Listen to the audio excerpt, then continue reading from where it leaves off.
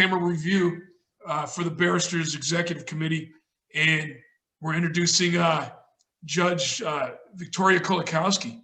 And basically, just so you understand what we're doing here, the idea is that we want to introduce new lawyers coming into the practice, 12 to 10 years and under, to some of the judges, and just give you, a sort of a personal perspective on the judges, and give you an opportunity to join us on Saturday mornings and just ask a judge questions for a half hour. Are considering the bench generally, what was your process for becoming a judge? War stories, and 5 things that you wish you would have known as a lawyer or a person becoming a judge that you would tell your younger attorney self. Go ahead. Okay, first of all, I want to make sure that I introduce myself. I'm Judge Victoria Kolakowski. I'm a judge here in Alameda County, and I've been on the bench. I've now completed 10 years on the bench, and so I am in a I'm in a civil assignment right now. I have served in both civil and criminal assignments at a variety of different levels, and I just wanted to give that as some background for what my experience on the bench is. I have worked for a number of years on access to justice issues, which are very near and dear to my heart. And I recently actually served as a member of the California Access to Justice Commission. Yay, California Access to Justice Commission, as well as on the Judicial Council's Advisory Committee on Providing Access and Fairness. And so there are a lot of things that I never expected that I'd be able to do as a judge, and I'll get to that later, that ways that I can try to influence the profession and the way that our system works.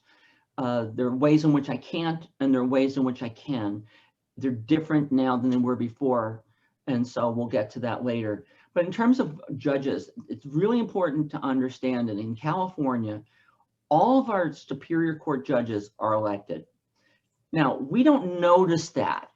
And we do a really good job of hiding that from you, and I probably shouldn't be telling, this is sort of like I'm giving away a secret, but we're all actually elected. But if nobody challenges an incumbent judge when they come up for re-election, their name doesn't go on the ballot. And so every year in Alameda County, we elect about 24 judges without ever having to go on the ballot.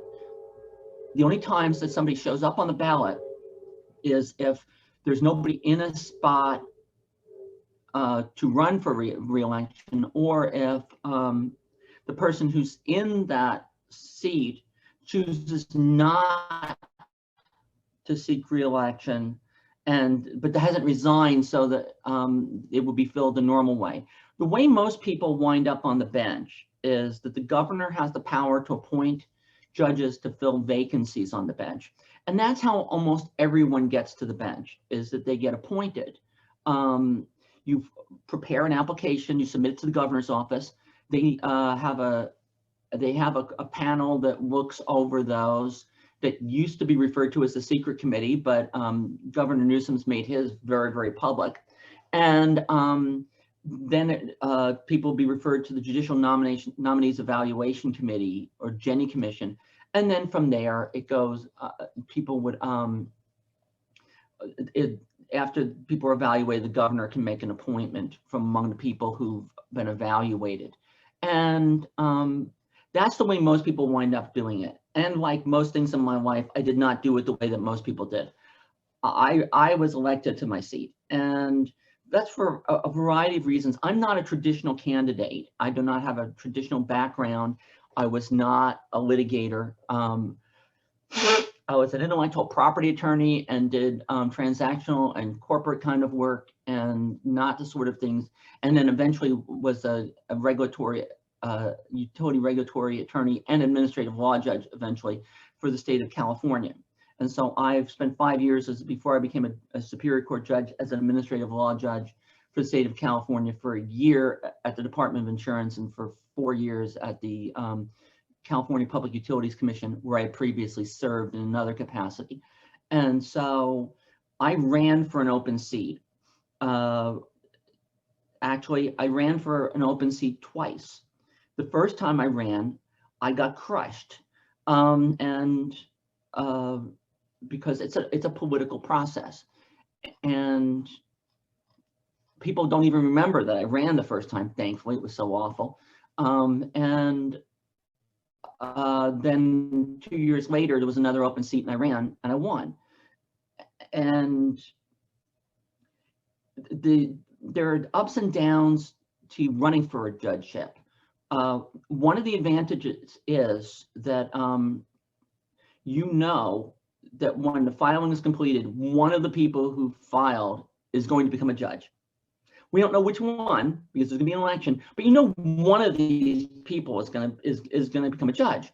When you put your name in for an application, they can send you to Jenny, and you might never hear about it again. I've talked to many of my colleagues who had basically given up on the possibility of being appointed, almost forgot about it. It wasn't on their day-to-day mind thinking about it. They were going about their business, and all of a sudden they got a phone call out of the blue saying, the governor is appointing you. And so you just don't know. The upside of running is that, there are 2, 3, 4 candidates, and you're going to be, that one of you is going to be a judge. The downside is you have to run a campaign in Alameda County, which has about, when I ran, it was 1.5 million people. It's bigger now. 750,000 registered voters. It's getting closer to 1 million now, and it's big. From Livermore to Fremont up to Berkeley and Albany,